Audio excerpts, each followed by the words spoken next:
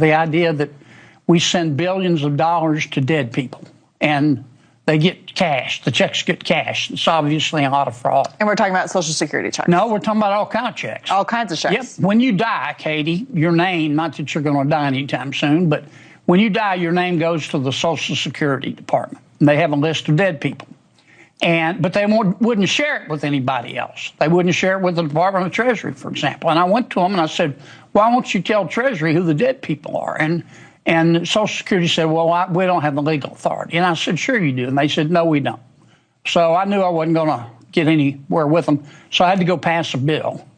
It took 4 years to pass the bill. Believe it or not, I had opposition. But we finally got it passed, and the president signed it yesterday. And so far as I can tell, dead people can still vote, but they can't cash checks because we're not going to be sending them to them anymore. And it's going to save billions and billions and billions of dollars. Well, do you have any advice about how to make sure that dead people are not voting? Saving money is important, but also making sure that votes are not canceled out by people who are no longer living is also very important. But why is it also that there's opposition to cleanup like this? Well, there's also, for one thing, there were some people making money off of supplying the information to the states of who's dead and who's alive. And because the state doesn't go out and just gather the information. They have services that help them.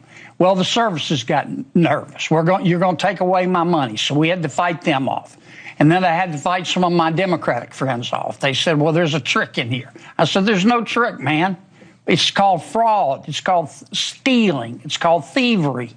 And then I had to get it through committee, and then I had to go to the floor and get the majority. It's a long story, but after 5 years, we finally got it. Well, it's an important start for sure. But as you mentioned, there's a number of state agencies that receive taxpayer money. Yeah. And as we've seen in Minneapolis, when the federal government goes in to ensure and do some accountability to make sure that this money is not going to fraudulent sources, whether it's dead people or people who are using it for money laundering or setting up things like fake daycares like we've seen in Minnesota, there's a lot of pushback. So how does Congress ensure that the federal tax dollar, which is taken from the paychecks of hardworking Americans all over the country, is then being secured in places like Minnesota or California, for example, where there's billions of dollars in fraud, that the local jurisdictions, whether it's the governors, Tim Walz in Minnesota, Gavin Newsom in California, or the local mayors who kind of like their programs, and it seems to be a lot of corruption with who benefits from them. Well, every state is different. Some state governors